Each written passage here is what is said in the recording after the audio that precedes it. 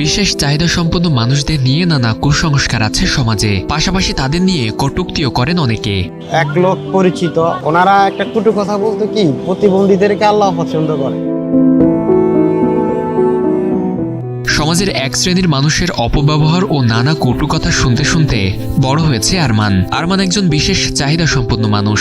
বলতো কি ল্যাংলা, লুজা, আদা কানা, এগুলারকে আল্লাহ পছন্দ করে বলে এদেরকে এই অবস্থা করে রাখছে। তাকে কেউ বলেছে ভিক্ষা করতে, আবার কেউ দেখেছে করুণার চোখে। কিন্তু আজ সেই আরমানই কারো দয়াই নয়, নিজের পরিশ্রমের উপর ভর করে চালাচ্ছেন সংসার। শহরে যখন ব্যবসাটা নিয়ে নামছিলাম, অনেকে বলে তুমি যদি হাত পাতো তাহলে তো তুমি আরো ভালো ইনকাম করতে পারবে। আল্লাহর নবীতে বলেছে ভিক্ষা জিনিসটা খুব খারাপ, এটা করা উচিত না। হুইল চেয়ারের চাকা ঘুরিয়ে প্রতিদিন ছুটে চলেন জীবিকার সন্ধানে। অপমান, অবহেলা আর কটূক্তিকে পেছনে ফেলে আরমান আজ প্রমাণ করেছেন প্রতিবন্ধকতা নয়, মানুষের ইচ্ছাশক্তি সবচেয়ে বড় পরিচয়। আলহামদুলিল্লাহ, আমি দেখছি মানুষ আমাকে যে সম্মানটা করে, একজন যে হাত পাতে তাকে ওই সম্মানটা মানুষ করে না। আমি 5 টাকা লাভ করি একটা প্রোডাক্ট বিক্রি করে, আর তাকে 5 টাকা চাইতে হয়। আর তার দিকে একজন মানুষ দৃষ্টি দেয় করুণা দিয়ে, আমার দিকে ক্ষুদ্র ব্যবসায়ী হিসেবে দৃষ্টি দেয়, আমি দেখেছি। আজ যাকে দেখা যায় নিজের পরিশ্রমে সংসার চালাতে, একসময় সেই আরমানই ছিলেন একটি ঘর আর একটি খাটের মধ্যে বন্দী। মাত্র 3 বছর বয়সে টাইফয়েডে আক্রান্ত হওয়ার পর ধীরে ধীরে হারিয়ে ফেলেন চলাফেরার ক্ষমতা। 2006 সালের দিকে তিনি পুরোপুরি চলার শক্তি হারান। এরপর প্রায় 20 বছর ঘরের বাইরে বের হয় যেন বন্ধ হয়ে যায়। আমার 3.5 বছর বয়স থেকে আমি হাঁটতে পারতাম, তবে স্বাভাবিক না। আর 14-15 বছর বয়স থেকে একবারে হাঁটা বন্ধ। বছরে শুধু ঈদের নামাজের সময়টুকু ছাড়া বাকি প্রতিটা দিন কেটেছে 4 দেওয়ালের মধ্যে।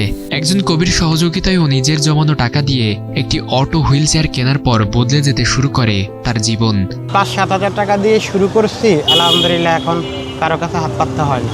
আমার বিক্রি হয় 1000, 1200, 1500 বিক্রি হয়, তবে আলহামদুলিল্লাহ লাভ 350 থেকে 500 টাকার ভিতরে থাকে। একটু চলাফেরা, আর্থিক সচ্ছলতা, ওই সব কিছু মিলিয়ে এখন এই ব্যবসাটাকে এনজয় করছি, খুব ভালো। সামান্য পুঁজি নিয়ে শুরু করেন ছোট্ট একটি ব্যবসা। মানুষ তাকে ভিক্ষা করতে বলেছে, কটূক্তি করেছে। তার ছোট্ট ব্যবসার আয়ে চলে মা ও ছোট ভাইকে নিয়ে সংসার। সেই আয় থেকে হয় মায়ের চিকিৎসা খরচও। ব্যবসাটি তার কাছে শুধু রুটি রুজির মাধ্যম নয়, এটি তার স্বাধীনতা, আত্মমর্যাদা আর বেঁচে থাকার আনন্দের নাম।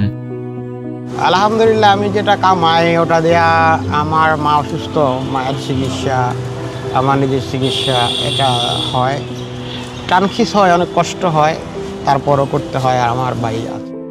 প্রতিদিন অটো হুইল চেয়ার চালিয়ে শহরের অলিগলি ঘুরে খাদ্য সামগ্রী বিক্রি করেন আরমান। 1 প্যাকেট বাদাম বিক্রির মধ্যেই লুকিয়ে থাকে তার সংসারের খরচ, মায়ের ওষুধ আর নতুন করে বাঁচার স্বপ্ন। যে মানুষটিকে একসময় ভিক্ষা করতে বলা হয়েছিল, তিনি আজ কারো কাছে হাত পাতেননি।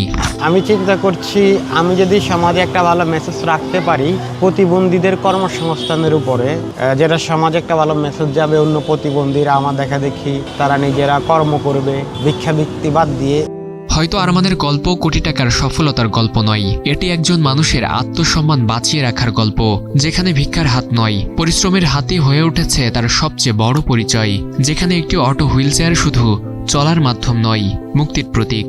আমি আমার প্রোডাক্ট নিয়ে বসছি, যার ভালো লাগে কিনে, না লাগে কিনে না, এটাই আমার জীবন। আর তাই রোজগার করার যে শান্তি, নিজে সৎ পথে 2 পয়সা ইনকাম করে খাওয়া, কিছু কিনা, এটার মতো আনন্দ আপনি ভিক্ষাবৃত্তির টাকা দিয়ে কখনো পাবেন না। সমাজের কটূক্তিকে পেছনে ফেলে তিনি আজও প্রতিদিন নতুন করে লড়াই করছেন। ফরিদুল ইসলাম ইমন, নিউজ 24, ঢাকা। রোজগার করার যে শান্তি, আলহামদুলিল্লাহ এখন কারো কাছে হাত পাততে হয় না।